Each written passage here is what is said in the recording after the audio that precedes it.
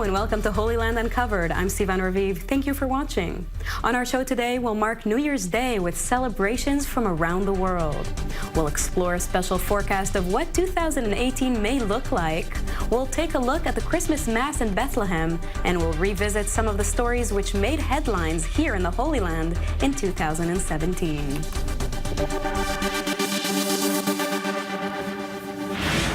New Year's Day, or as some in this region call it, Sylvester, is a joyful time of the year for many, namely for Christians, among others. Joining me in studio to elaborate about this special day and its traditions is Maya Margit, our I-24 News Culture correspondent. Hi, Maya. Thank you for joining us. Sure. So here in this region, they're calling New Year's Sylvester. Why is that? Well, this is a reference to Saint Sylvester, who was a Western pope, basically, who reigned from 314 to 335. That's the year for the Western Church, and he was a very pivotal figure in Christianity because he oversaw the Roman Emperor Constantine I's conversion to Christianity, which was a very important point in history for Christians. Now, the Eastern Orthodox churches do celebrate Saint Sylvester, but they celebrate it on January the 2nd, not on December 31st. And basically what people who do mark this holiday, it's called St. Sylvester's Day. They attend the midnight mass, much like in Christmas, and they also have feasting and drinking and other celebrations. So in this region, what exactly are the rituals, and are people opposed to this day as well? Some in Israel are opposed to Sylvester or New Year's Eve. They feel that it's commemorating or celebrating a Pope Sylvester, who was anti-Semitic, according to them. Historians don't really confirm this account of history. Some Jews believe that Pope Sylvester was one of the most anti-Semitic popes there ever was in history because he convinced Constantine not to allow Jews to live in Jerusalem many centuries ago. Of course, historians now are saying that there's no actual factual basis to this. And New Year's Eve generally has become a very big holiday in Israel. There are hundreds of parties. Most people do celebrate it. It's seen as non-religious, and in many parts of the world, it's celebrated in many different ways. There's some very interesting traditions in all kinds of parts of the world. For instance, in Ecuador and South America, they burn effigies of their enemies to celebrate the new year and to get rid of negative energy. And in other parts, for instance, in Germany, they eat pigs made out of marzipan. So there are all kinds of very interesting little facts and things that people do in different parts of the world for New Year's Eve. Now, most of the world follows the Gregorian calendar, right, which is related to the Christian calendar, or the birth of Jesus. Even here in Israel, a Jewish state which has a Jewish calendar of its own, people do follow the Gregorian calendar. Can you explain about that? Right. So all the official Jewish holidays all take place according to the Jewish calendar, which is a lunar calendar. But for simplicity's sake, they basically agree to follow the Gregorian calendar, which is used across the world. Everyone in the world has been using this calendar. What's interesting is that in pre-Christian Rome, under the Julian calendar, New Year's Eve was dedicated to Janus, who was the god of gateways and beginnings. And this is what the month of January is named after. It's named after Janus. So there is a kind of interesting pre-Christian beginning to New Year's Eve. But as you mentioned, it also is to celebrate the birth of Christ, who was born on December 25th. And on January 1st, that's actually the 8th day after his birth, which is the feast of naming and circumcision of Jesus. The Jewish circumcision takes place 8 days after a Jewish baby is born. And some people still do mark this in the Anglican and Lutheran churches, for instance. And tell me about some traditions like the countdown, for example. Right. So 10 seconds before midnight, there's this tradition where people count down to the faithful moment where the new year starts, and many people choose to find a partner that they can kiss, just to ring in the new year on a happier note or to bring good luck. There's also a tradition where people, drink champagne. They take on New Year's resolutions, which many people don't end up keeping, but some people decide they're going to be healthier this year, or they're going to take on some kind of new positive, ritual or exercise that they haven't done in the past year. So this is a time of new beginnings for many people, where they start to take on new kinds of, positive ways of living. Any special New Year's tradition or resolution that you'd like to tell us about? Yes, to stop eating as much chocolate as I like to eat. Although this will be very hard to keep, and I don't believe I'll be able to do it. All right. Thank you very much. Thank you for your input. We're taking a short break, but don't go anywhere. We've got additional stories for you coming up here on Holy Land Uncovered.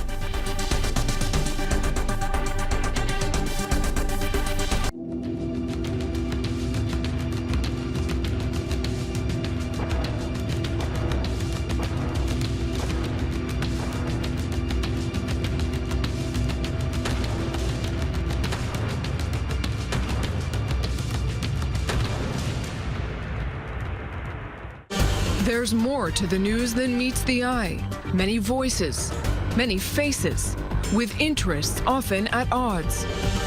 We take you deeper beyond the headlines, inside the drama, the controversy, bringing you fresh insights into the conflict, breakthroughs, heartaches, and victories shaping our world. Perspectives. There's more than just one view. Sunday to Thursday at 5:05 p.m. Eastern, only on I-24 News.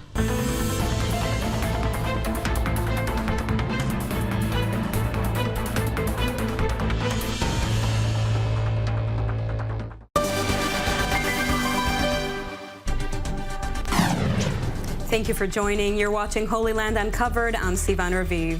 Last week, Christmas was celebrated by Christians all across the globe. The main attraction here in this region took place in Bethlehem, where, according to the Gospel, Jesus was born. Our I-24 News correspondent Shelby Weiner attended the Midnight Mass and came back with this report. Christmas in the Holy Land is typically a merry time, with festivities at Christianity's most important sites. Nazareth, the childhood home of Jesus Christ, hosted its annual Nativity Parade the day before Christmas Eve. A local celebration where Christian Israeli Arabs rejoice with both their Muslim and Jewish neighbors. We also celebrate with the Christian people here in Nazareth. I'm a Muslim man, and we coming from Cana of Galilee, from all of the cities here. Happy holidays for all. It's really great, all the lights and people and the parade and everything here, so we came. Merry Christmas for everyone. But on the other side of the Green Line, Christmas wasn't so jolly. It may be the birthplace of Jesus Christ, but rain and political tensions are keeping pilgrims away from Manger Square and the Church of Nativity this holiday season. We are no closer to a lasting peace agreement between Israel and the Palestinians. 19 days before Christmas, U.S. President Donald Trump set fire to the region by recognizing Jerusalem as Israel's capital. Deadly protests were sparked throughout Palestinian territories, including Bethlehem in the West Bank. مش هالكدة كتير يعني الوضع تعيس لدرجة لأنه ترامب عمل أعطى القرار لنقل السفارة للقدس يعني باعتبار إنه احتلال أمريكي واحتلال إسرائيلي هاي بكون. Attendance was extremely low at Bethlehem's Christmas Eve Midnight Mass, an event that is usually the pinnacle Christmas celebration in the Holy Land. Reports say attendance dropped up to 50% from last year. وجود أهل البلد كمان كان أخف، السواح كمان كانوا أخف بالبلد. أظن الجو كله هبط، أو يعني الواحد مش حاسس مضبوط بجو أعياد الميلاد، يعني من القرار اللي صار. يعني مثلا أنا بعرف في كتير من الوفود من الجروبات اللي لغوا آخر اللي كان المفروض يجوا 24 على 25 لغوا مشوارهم. Inside the Church of Nativity, a solemn service hosted religious and political leaders, including Palestinian Authority President Mahmoud Abbas. But outside in Manger Square, very few faithful gathered in the cold and rain. It's a huge holiday all over the world, and this is where it started, so it's amazing to have the opportunity to spend it. The weather, it's not so good, but still we're very happy to be here. We're excited to get to know it here, like how it could be in the city where Jesus was born, so actually we want to see it. Actually, to be honest, I expected something bigger here in Bethlehem. Somehow, despite the dampened atmosphere, Christmas spirit was present in the empty square in Bethlehem. Staying with our reporter Shelby Weiner, as we begin 2018, Shelby set up a meeting with a special psychic and fortune teller in order to find out what's in store for us in the upcoming year all around the world. 3, 2, 1, Happy New Year! As the world is preparing to celebrate New Year's, many are looking to the future, wondering what 2018 has in store. We went to Sana, a famous Israeli fortune teller, to find out what she foresees. כל שנה אומרים שנה חדשה, שנה טובה, ודברים כל פעם יהיה שנה לא טובה, ושנים משתנים לטובה. אני לא רואה. אני דווקא רואה שנה 2018, היא תתחיל בהתחלה, היא טובה. אבל זה לא עד סוף הדרך, יש דברים לא הכי טובים שיתחיל.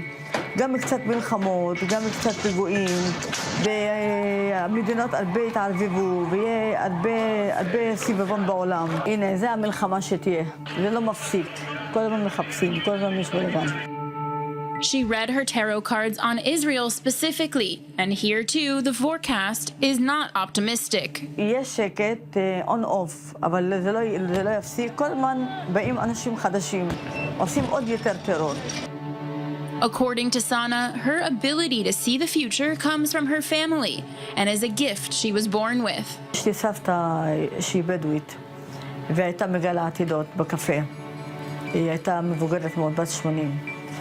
ויש לי סבא, גם היה רב גדול, גם בפרס, היה רב שגם מרפא אנשים, גם פותח בספרים. והתחלתי לפתוח לשכנה הזאת, וכל מה שאמרתי לשכנה הזאת, עוד הייתי ילדה בת 14, התחלתי לפתוח לאנשים, וכל אחד שאני פותחת לו, הכל יוצא נכון, הכל נכון. Part of her predictions come from looking at current political events. She says she started seeing the future as ominous after U.S. President Donald Trump was elected. טראמפ בכלל לא חזק, אני רואה פה. ודווקא אני רואה פה שהוא הולך על הטרור, הוא אוהב את הטרור. כי הוא לא קשור לעולם של הממשלה, הוא יותר ביזנסמן. אבל אני רואה פה, דווקא הוא היה טעות שהוא נכנס להיות בראש ממשלה. זה היה ההרס מפה התחיל הבלגנים. After using tarot to prophesize the coming year, Sana forecasted my future using a Bedouin technique of reading coffee grinds. Fortunately, it wasn't as dark as her global predictions. יש רק בתחילת אפריל היא תכיר גבר, והיא תנהל עליו חזק, היא תתאהב בו, שאף פעם לא התאהבה. בהתחלה היא תאסס כן ולא, אבל לאט לאט היא תתאהב בו. חתונה, תסתכל, יהיה לה סוף 2019. Only the end of 2018 will show if Sana's predictions come true. Whatever your future holds, have a happy new year. The aromatic plants bestowed on the infant Jesus by the biblical Magi are apparently being cultivated by an Israeli entrepreneur in the Judean desert. More in the next report.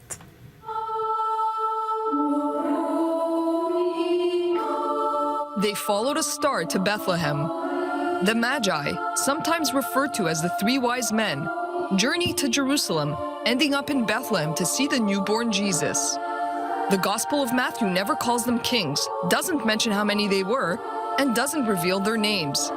But in Christian legend, they're commonly known as Balthazar, Melchior, and Caspar. Their physical features and geographical backgrounds have varied throughout the centuries. What hasn't changed are the gifts. And now an Israeli entrepreneur is transforming these gifts of the Christmas story into therapeutic balms and incense. I decided to focus on plants that no one else in the world grow. Second thing is to look under the candle. Since the plants of those medical plants of the Bible was in medical use for so many years, there must be something about them, and it is our duty to look for it. In Matthew, the three gifts of the Magi are gold, frankincense, and myrrh. The meaning of these gifts has long been a source of debate. Maybe this ancient Matthew who wrote the Greek text had the word zahav or zahov and thought of it as a plant, but then when somebody translated it, it became chrysos, which means in the Greek language, gold. Aside from these traditional Christian scents, Ehrlich is also looking into recreating incenses that were burned in the Roman-era temple in Jerusalem. My plants are sacred to all religions. They are sacred to Judaism, to Christianity, and to Muslims. Now they can be a uniting factor. They can be a common ground. They can connect people. Maya Margit, I-24 News.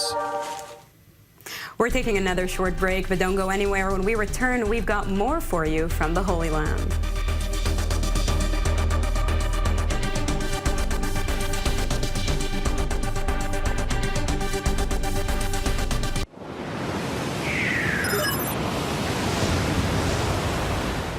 Israel, the Middle East, the world.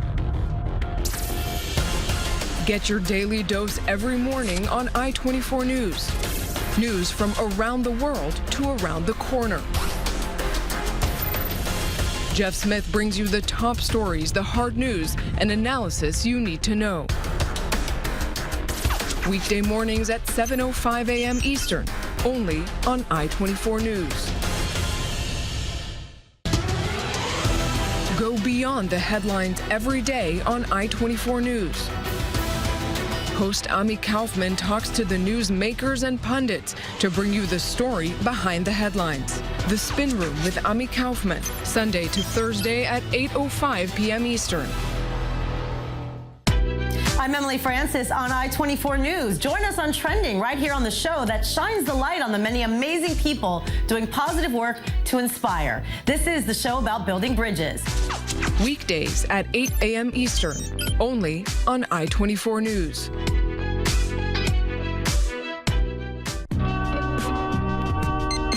I-24 News.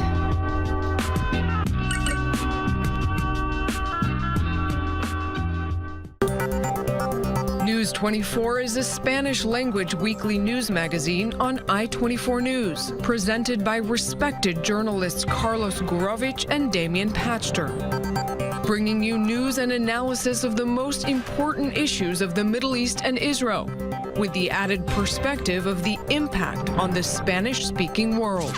News 24, Fridays only on I-24 News.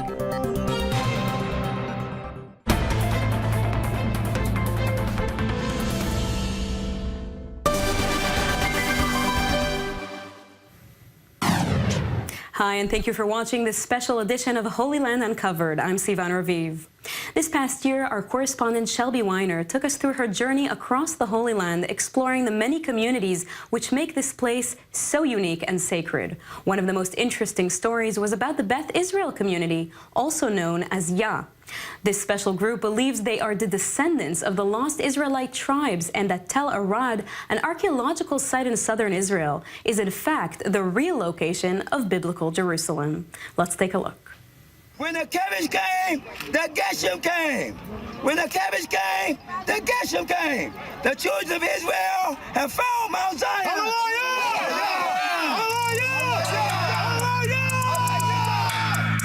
Spread out through the Americas, the followers of Yah, or Beit Israel, are a branch of the African Hebrew Israelites. They believe they are the true descendants of the ancient Israelite people. We're not Christians, we're not Muslims, we're not Jews, we're Israelites. We are the link between the Most High, the Creator, and the rest of mankind. That's what we believe in.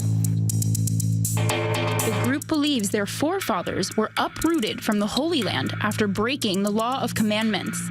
However, their story of slavery and exodus brought them far from the land of Egypt. By way of transatlantic slave trade, my family was taken to the eastern part of America and was in captivity in Mississippi. My Abba wa Amma are actually from Arad. Our fathers are from here. Our mothers are from here, from the transatlantic slave trade. Captivity is a large part of their identity. They believe only the slaves taken from Africa are a part of this biblical lineage. So-called blacks in America, they're known as the children of slave. The so-called blacks in the Caribbean, they know the children of slave. So even if I should go to an Ethiopian now and say, nigga, he going to say, no, I'm not a nigga, I was never a slave. And in their eyes, the oppression is not over yet. The story of Exodus has only just begun. Gone through a slavery period and still going through it mentally. With the poorest of the poor on this earth, we don't have any real collateral. We don't have a culture. We don't have a language. All that's been taken away from us. Upon slavery, not only was we stripped of our heritage and our nationality, but we were also stripped of the apparel that we used to wear. So Hashem, or how we would say Yahweh, told the children of Israel to wear priestly garments and to wear what scriptures, the Most High says that he will destroy all those in strange apparel. And what this means is that Israelites have to come back to our nationality, heritage, and culture. We can't dress like niggas no more. We can't dress like coons or African Americans. We have to dress like our culture. The followers of Yah believe in order to return to their forefathers' homeland, they must go back to their roots. The faith is bringing back their biblical culture by precisely following the Old Testament. We live according to the Torah. We keep the laws, the statutes, and the commandments of what the pronunciation of we speak in Paleo-Hebrew, we say Yahweh. So, and with the son, we would say Yahweh Shah. Shalom, Ak. So what we do is we live according to the customs of our forefathers before slavery. We joined the followers at Tel Arad for the holiday of Passover. They believe this location in the south is the true Jerusalem. Here they carry out rituals exactly as they are described in the Bible. The true children of Israel must come back to Zion for the 3 major feasts. So it's the time of the Passover now, so we come back here for the Pesach feast. Hallelujah! Hallelujah! Hallelujah! In the Feast of Passover, we kill a lamb, we collect the blood, and we do as it is written in Scripture, as we're told to do. We're trying to be obedient children now, and to sprinkle use the blood on the doorposts, eat the lamb, while standing with our staff in our hand and our stomachs girdled, and eat in haste. We do everything exactly to the letter. With every ritual they carry out in Tel Arad, Beit Israel believes they are getting one step closer to returning peace to the Holy Land and the world.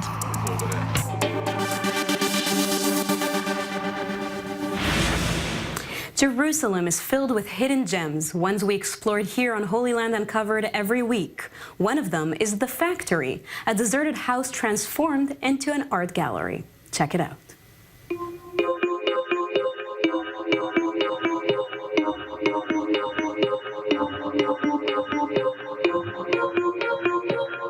Two or three different schools that operated here since the 50s till 2006.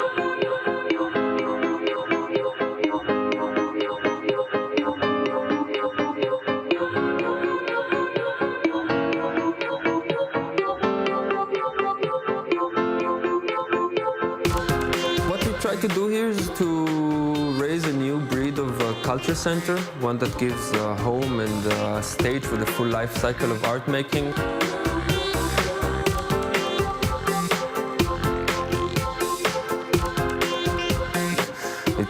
It's a challenge facing museums today, how to be a new stage for collaboration, a new discourse, and to be inclusive, to have everybody feel at home here.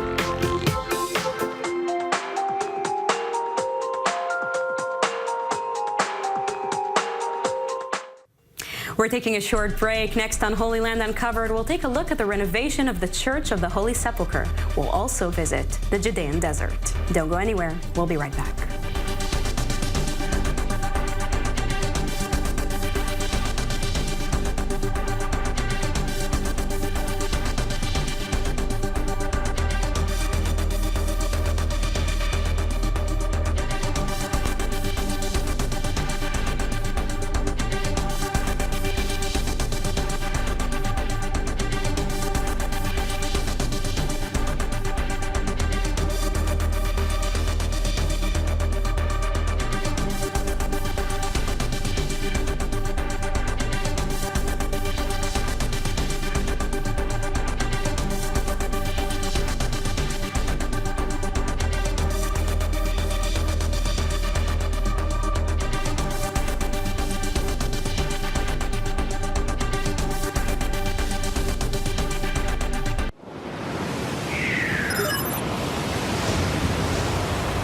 Americans have simply lost trust in news media. What happened to the news? All I get is a daily serving of lies. Do your job and just tell me the news. I am overloaded with news that is useless. Give me the facts. Let me sort it. Where's the integrity?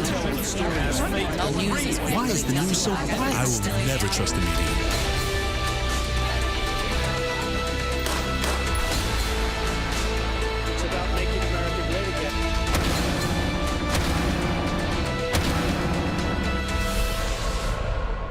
Politics, economics, business, and technology. Get the real news and the real insight about what's happening around the world. Michelle McCory breaks down the top stories of the day from the Middle East to the U.S. Weeknights beginning at 7 p.m. Eastern.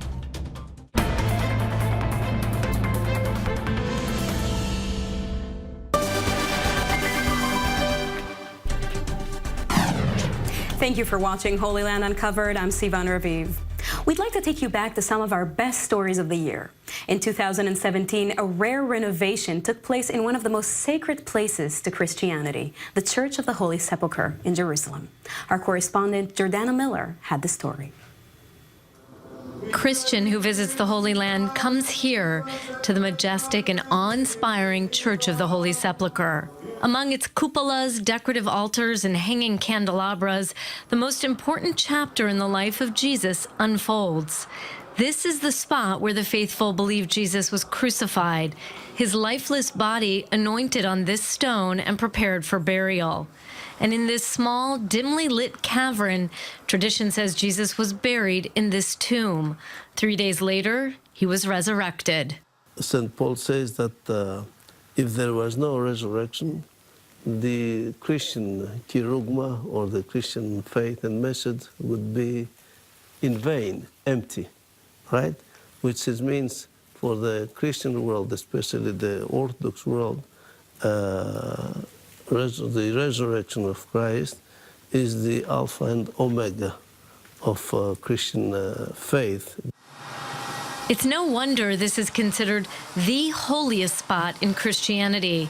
And that's why this scaffolding on the large decorative chamber above it is making headlines. For the first time in 200 years, the tomb of Jesus is being renovated.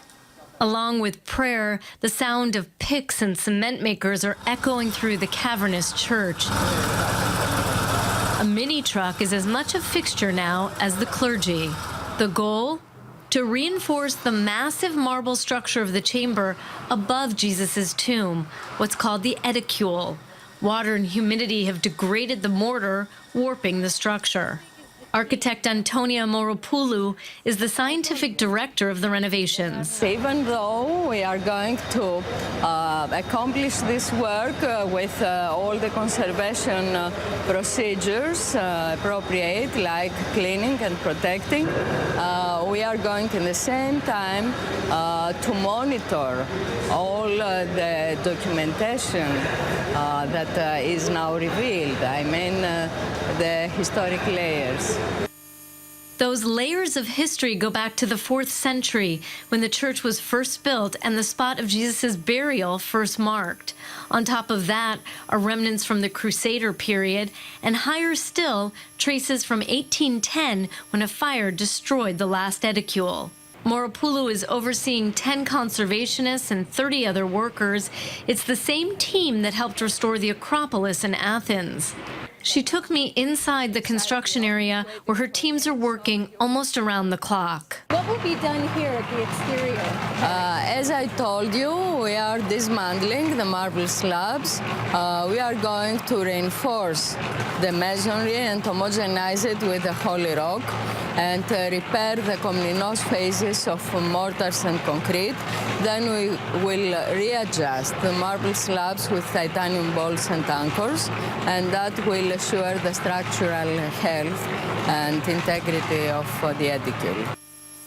The renovations may look low-tech, and some parts are, but Moropoulou's team are also using laser radars and even drones to assess the damage. We have a drone with infrared thermography in order to detect the temperature deviations and differences. We are having the geopenetrating radar, endoscopy, fiber optics microscopy. We are having laser scanners. Church officials said they didn't want to close the edicule during the very elaborate renovations. They wanted pilgrims to still have a chance to come here and see the tomb of Jesus. Had it been closed, the renovations might have taken 3 months, but now they'll take 8 to 12 months, and the price tag, over $4 million. The cost of restoring the edicule will be split equally by the 3 congregations in charge of the Church of the Holy Sepulchre. That is, the Roman Catholics, the Greek Orthodox, and the Armenians. After years of infighting and delays, they finally agreed on the terms of the renovation. 3 additional congregations pray at the church: the Copts, Syrians, and Ethiopians. In the past, the 6 communities have fought over matters big and small. Status quo laws from the 19th century map the general territories for each congregation, but lots of details are missing, leading to lots of turf wars. It is about processions, it's about prayer times, it's about, which community has the right to do what, for instance. In 2008, a dispute over who was allowed in the edicule during the Armenian celebration of the Feast of the Cross led to Greek and Armenian monks throwing punches. Greek monk has the right to stay in a tomb during the procession of the Armenian church or not. So we claim that they don't have the right since it's our procession. The power struggles are centuries old, and they've resulted in an odd arrangement. The keys of the church are held by a Muslim family. We are here to be neutral between all the families.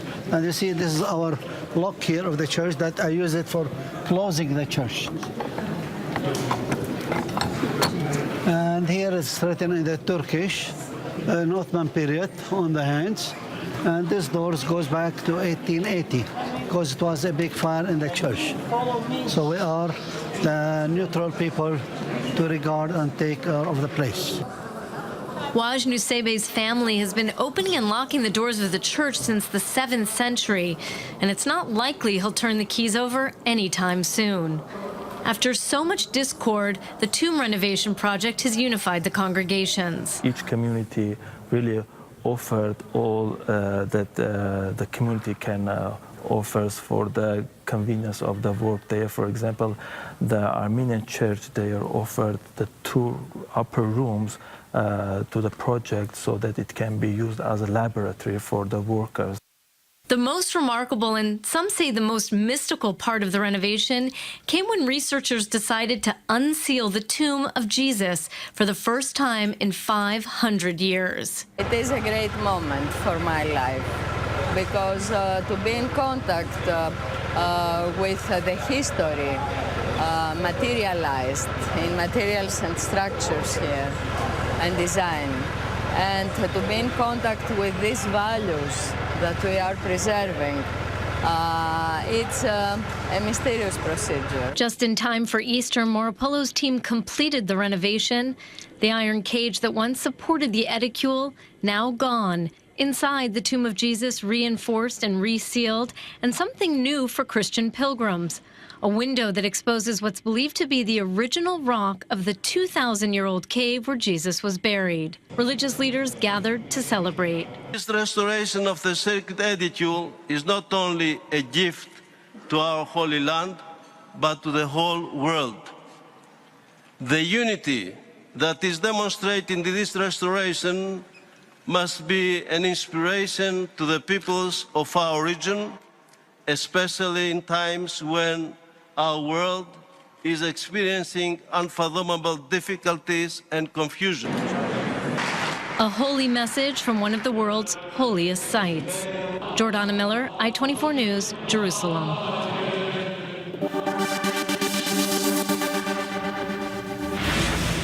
Every show this year, we visited some of the architectural jewels of Jerusalem. This time, we'll explore what was once a hospital for lepers and today serves as an art gallery and a convention center.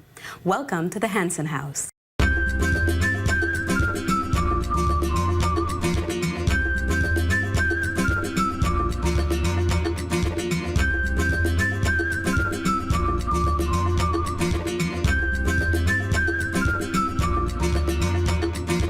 בגלל שתרופה למחלה מצאו בשנות ה-40, אז האשפוז שלהם פה, או השהות שלהם פה יותר נכון, הייתה יותר חברתית ופחות טיפולית.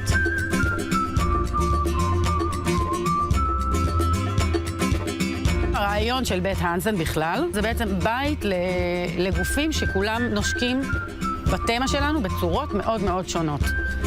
אבל כולם מתעסקים בעיצוב, מדיה וטכנולוגיה ובממשקים.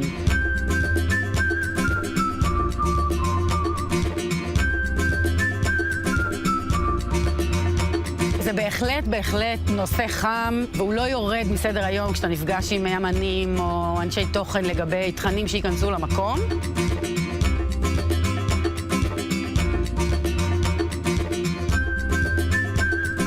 We're taking a short break. More stories when we come back here on Holy Land Uncovered.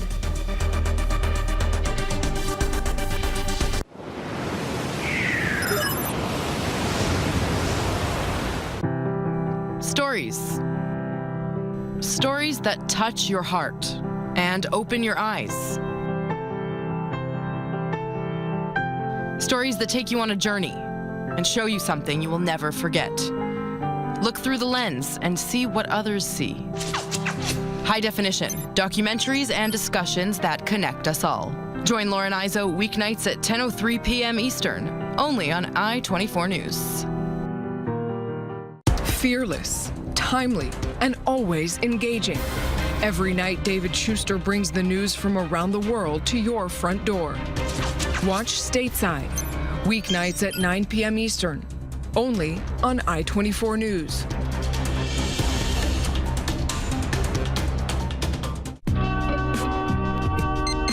I-24 News.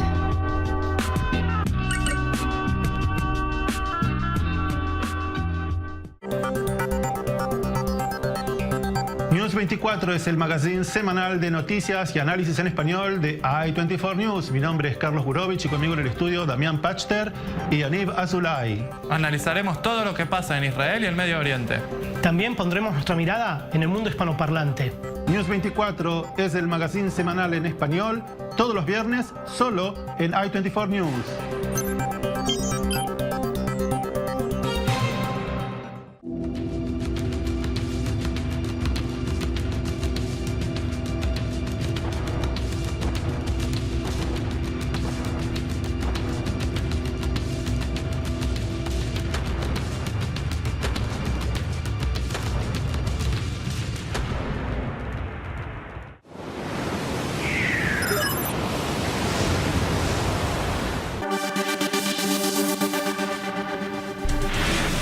Thank you for joining. You're watching Holy Land Uncovered. On one of our tours to the many different sites here in Israel, we discovered the fascinating Judean Desert, a place mentioned both in the Old and New Testament. Tal Heinrich has that report. The Judean Desert. It's one of the world's smallest, and yet it's unique and full of mysteries. What is it in this area that makes people travel hundreds of miles just to be alone? Throughout history and even in modern times, people came here to find solitude. But only a few wanted to be so isolated that they made this desert their home. Some Christian monks found the desert a suitable place for seclusion. This follows the desert theology of the Old Testament, where the Israelites wandered for 40 years in the desert to change their natures and their hearts. The monks were also following in the footsteps of Jesus, Elijah the prophet, and John the Baptist. The first known monastery in the Judean Desert is called Faran, only a few miles from Jerusalem. Moish, this breathtaking valley here, what we here call a wadi, captures the beautiful combination between fresh water in the spring, green, and desert view. And this is the place where the first monks, Christian monks, who wanted to isolate themselves, came to. Absolutely. And as a matter of fact, just imagine when Prophet Elijah, when he was a kid, used to go down exactly to this area, to this spring, with his friends. Later on, he was sent again on a mission from God. And on the footsteps of Prophet Elijah, this is where the very first monk came, especially here. He came from where we now, Turkey, back then in Asia Minor. His name was Hariton. Hariton became a source of inspiration for many other pilgrims who decided to live a life of solitude in remote areas of the Judean Desert. This tradition continues until today. Moish, we just hiked all the way up here and we're not even there yet. How can people live here? First of all, there's only one. His name is Hariton. He's a Russian monk. He's isolated. Since the 90s, he is here all alone. And he feels great because he's under the inspiration of Jeremiah, close to the water. I'm sheltered and isolated by this majestic cliff. One of those inspired by Hariton and who followed in his footsteps was a student, Saint Euthemius the Great. In 420 AD, he decided to continue the same pattern at a different site and established the Laura of Euthemius between Jerusalem and Jericho. A major challenge was to get access to fresh water. Euthemius overcame this obstacle by using an underground water cistern. The only fresh water can be dependent on is the runoff, rainwater. There's no one slide of a spring here, okay? So the story tells us that in the time of Euthemius, when he was the father of the monastery, they had lack of water. There was no water. It was drought. And the monks started asking, what are we going to do? There's no water. And they were thinking even about sending some donkeys over to the former wadi we've been before, Wadi Kelt, which has few sources of water, few springs, permanent springs. And he said no. And he prayed to the God, and all of a sudden rain and flash flood came down, and all of a sudden he realized that here we have a runoff water. That's how come we can solve the solution. We got a solution by digging, having a reservoir, a cistern like this, which is all carved in the stone. However, as opposed to other similar sanctuaries, the Laura of Euthemius did not survive. It is now an archaeological site in the heart of an Israeli industrial area. Unlike the places that we visited earlier today, why is this one abandoned?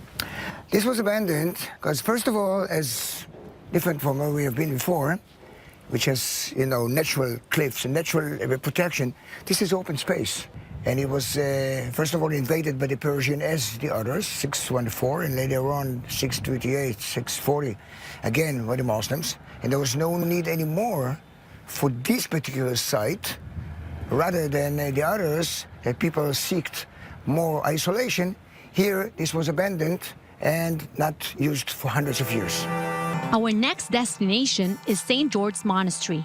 The cliff-hanging complex was established in 480 by John of Thebes and was dedicated to Elijah the prophet. Monks believe this site houses the cave where Elijah was fed by ravens. Moish, what's the story of St. George Monastery? Well, the story of St. George or Mar Giaris from Choziva Monastery starts in the 5th century AD. We're talking about the Byzantine era or the late antiquity. Well, this area was wild, isolated. At 440 approximately, the first 5 monks came from the desert of Syria, which was back then, beside the desert of Sinai and Egypt, one of the main centers of monasticism. And they came here in particular in order to be as close as possible, in one hand, to Jerusalem, which is about 1 day walk only, and in the other hand, a couple of miles from here to Jericho, coming here based on at least 2 traditions. One is connected to the Bible, the Book of Kings, where Prophet Elijah is about to escape from Ahab and Isabel. And naturally, he escaped to the desert on his way to Horeb, to Mount Sinai. And he found isolation here. And the other reason is connected to the tradition, hint in some of the Christian sources, about the fact that Prophet Gabriel came to Joachim, the father, supposedly the father of Saint Mary, and he tells him, don't worry, your wife is going to be pregnant. Today, only 10 monks live at St. George's Monastery in Wadi Kelt in the West Bank. The compound is totally isolated, disconnected from electricity, the internet, and other facilities we take for granted. But Moish, many people have faith. Why do certain people choose to come here to the desert, isolate themselves in such a way to practice their faith? Isn't it a radical step? Definitely a radical step. If I were to be a monk, I would have definitely chosen this spot. I can definitely see you doing that. Oh, absolutely. Almost done it. Anyway, first of all, it's not far from Jerusalem, and it's close to Jericho. Second of all, it is access for whoever wants, like me, whoever wants just to seek shelter and peace, peacefulness, quiet, to be away from the civilization. There's supply of water. I can get water from the spring. I can sit in the cliff. I can get together and sympathize with Jesus. That's why I sympathize with my former fathers, like the prophets. What really lies inside these beautiful monasteries is a secret known only to a few dozen people. They apparently are not looking for the reason why they are here. For them, the question is, why not? Once again, we're taking a break, but don't go away. We've got more to show coming up here on Holy Land Uncovered.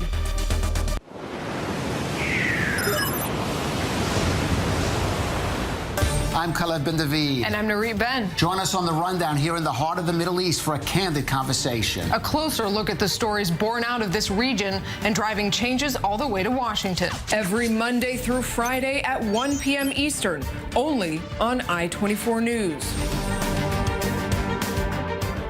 Brace yourself for your daily dose of hard news, exclusive live reporting and expert analysis, and a healthy mix of stories from the worlds of entertainment, culture, economy, tech, and lifestyle. We'll give you all this and more live from the leading TV news channel in the Middle East.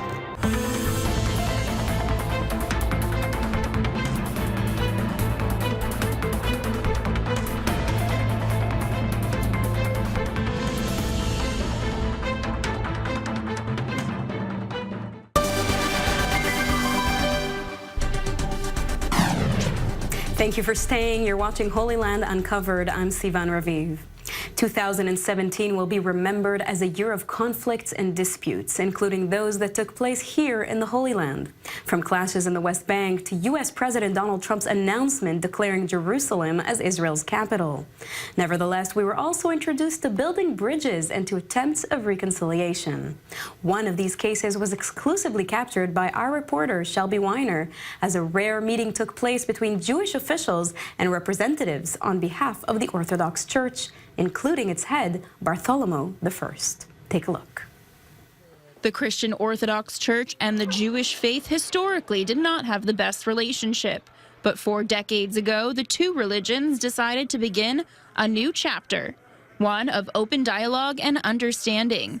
Every year, leaders from both communities come together for workshops and education about each other's faiths. We have already achieved a lot in overcoming suspicions, barriers, prejudices, and I think the official positions of the vast majority of the Orthodox churches today are extremely positive towards Jews and Judaism. In honor of the progress made, the 40th anniversary of these interfaith discussions was held in Jerusalem, a city sacred to both of the Abrahamic religions. The head of the Orthodox Christian faith, the ecumenical patriarch Bartholomew, stressed the importance of this biblical city. This conference demonstrates that our ancient and venerable faiths, rooted in the soil of this city, are committed to a dialogue of love, mercy, and justice. But Jerusalem is not always a city of compassion. The political hotspot is currently making headlines over the division amongst the many religions and ethnicities that consider it a sacred place. I think Jerusalem is the most appropriate place, and especially in the current developments and situations that we live on here. And we do this in order to pass a message around the world that Jerusalem is spiritually speaking, important for everyone, individually and collectively, for the whole world. While the political world may be creating further division, for now, the Jews and Christian Orthodox are continuing to forge a path of friendship. The two faiths will continue to advocate for education and understanding. Israel is home to some of the most sacred places to Judaism, Christianity, and Islam. Additionally, it seems to appeal to other faiths as well. One of them is Buddhism. Let's take a peek into this unique Buddhist retreat that took place on the shores of the Dead Sea. Israel is famously known around the world as home to 3 major religions: Judaism, Christianity, and Islam. But Israel is also home to a small community influenced by the East, bringing Tibetan Buddhism here to the Holy Land. The Diamond Way Center is home to 200 Buddhists in Israel, but thousands more around the globe.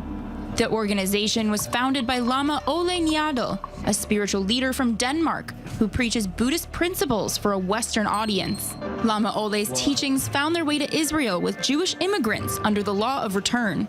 There are now 6 of his centers in the country who host the Lama once a year.